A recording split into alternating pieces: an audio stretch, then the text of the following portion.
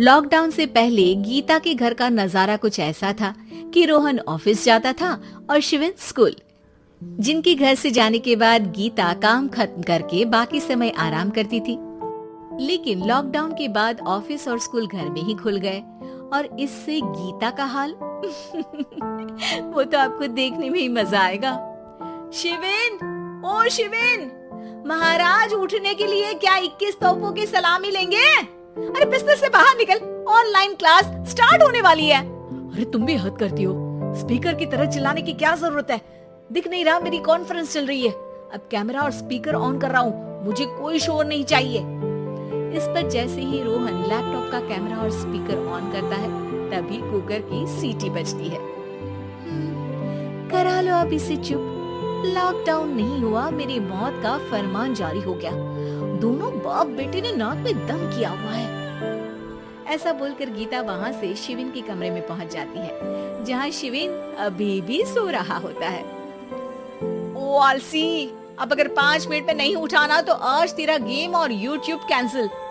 माँ की बात सुनकर शिविन बिना 1 मिनट गंवाए उठ खड़ा होता है। उठ गया, अभी नहाकर भी आता हूँ। ये नाटक कहीं और, मुंह पर गीला कपड़ा मार और पढ़ने बैठ। शिविन की ऑनलाइन क्लास स्टार्ट हो जाती है, जिस पर गीता उसे वहां बिठाकर रसोई में चली जाती है। थोड़ी देर में उसे कमरे से कुछ आवाज सुनाई देती है, जिसे सुनकर वो कमरे में वापस आती है। हाय राम, तुझे क्लास अटेंड करने के लिए बोला था, कैमरा ऑफ करके बिस्तर पर नाचने के लिए नहीं बोला था। मम्मी मुझे कुछ समझ नहीं आ रहा, आप बाद में पढ़ा देना ना, वैसे भी अटेंडेंस तो लगी गई है। हाँ बेटा, जरूर बन जा, तू अभी से हम सबका बाप बन जा। अरे नहीं मतलब कहाँ से लाते हो इतना दिमाग, और पढ़ाई करते हुए ये चला कहाँ जाता है? नाइस क्वेश्चन, दिमाग से पूछकर बता दूंगा। शिविन की बातों से परेशान होकर गीता उसे मारने के लिए जैसे ही आगे बढ़ती है तभी वो कमरे से बाहर भाग जाता है। अब शिविन आगे आगे और गीता हाथ में चप्पल पकड़े उसके पीछे पीछे पूरे घर में दोनों घूम रहे होते हैं। इसी बीच वो रोहन के पास पहुंच जाता है और शिविन को मारने वाली चप्पल रोहन के लैपटॉप पर जाकर गिरती है। ओए माँ! मम्मी, अब पापा को चप्पल मार रही हो? वो आज तक के रिपोर्टर, चुपचाप जाकर क्लास अटेंड कर ले, नहीं तो अगली तेरे पीछे लगेगी। इस पर शिविन वहां से चला जाता है, जिसके बाद रोहन गीता से कहता है, इस सर्कस के लिए कुछ बोलना चाहोगी? अरे क्या करूं, जब से तुम दोनों घर में रहने लगे हो, घर अपने आप ही सर्कस बन गया है और मैं तुम्हारी नौकर। कभी बेटी को संभालो तो कभी बाप के नखरे उठाओ। इन्हीं सब उथल पुथल में दिन बीतते रहते हैं, जिसमें हर रोज घर के अंदर कुछ नया सियप्पा खड़ा मिलता है, जो ज्यादातर शिविन और रोहन की ऑनलाइन स्कूल और ऑफिस से रिलेटेड ही होता है। एक सुबह, शिविन चलो उठ, आज की क्लास जल्दी है। कैमरा ऑफ करके आप अटेंड कर लो।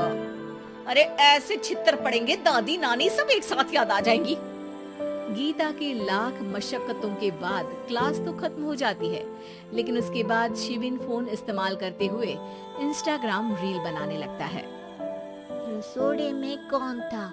तुम थी, मैं थी, कौन था? हाँ, मैं गरीब हूँ। अरे ओ गरीब के बेटे, आजा, मैं बनाती हूँ तुझे गरीब। मैं बताती हूँ रसोड़े में कौन था।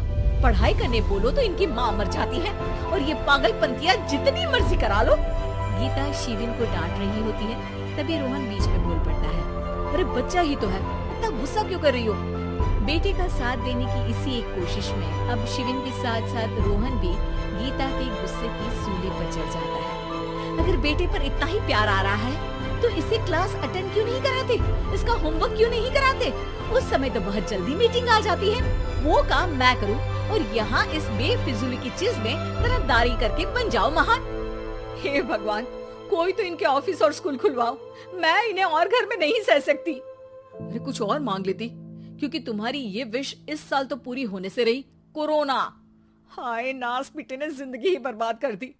खाए कोई पचाए कोई, कल मुझे चुन चुन कर सबको मेरी बद्दुआ लगेगी। उन्होंने दुनिया का और इन बाप बेटे दोनों ने मेरा जीना मुश्किल कर दिया। गीता वहां से चली जाती है, जिसके बाद रोहन शिविन से कहता है, अरे तुम्हारी मम्मी इतनी भड़की हुई क्यों है? आपकी वजह से पूरा समय घर में रहते हो और उस पर कोई काम कराने की जगह बस ऑर्डर देते रहते हो। अच्छा बेटे, सारा इल्जाम मुझ पर? पूरा दिन तो वो तुम पर ही चिल्लाती है। हाँ, मतलब दोनों का 50-50 है, कुछ करना पड़ेगा। वो कहते ना, make the best out of worst. I have an idea. वैसे तुम्हारी माँ सही कहती है, बहुत जुबान चलाने लगे हो, कम बोला करो। अगली सुबह रोहन और शिवेन अपनी गलती को सुधारने के लिए गीता के उठने से पहले घर का आधा काम खत्म कर देते हैं, जिसे देखकर गीता खुश हो जाती है और फिर बाकी बचा काम वो तीनों मिलकर पूरा कर लेते हैं। जिसके बाद अब वो सब मिल बांट कर हर काम में एक दूसरे की मदद करते हुए लॉकडाउन का मजा लेने लगते हैं।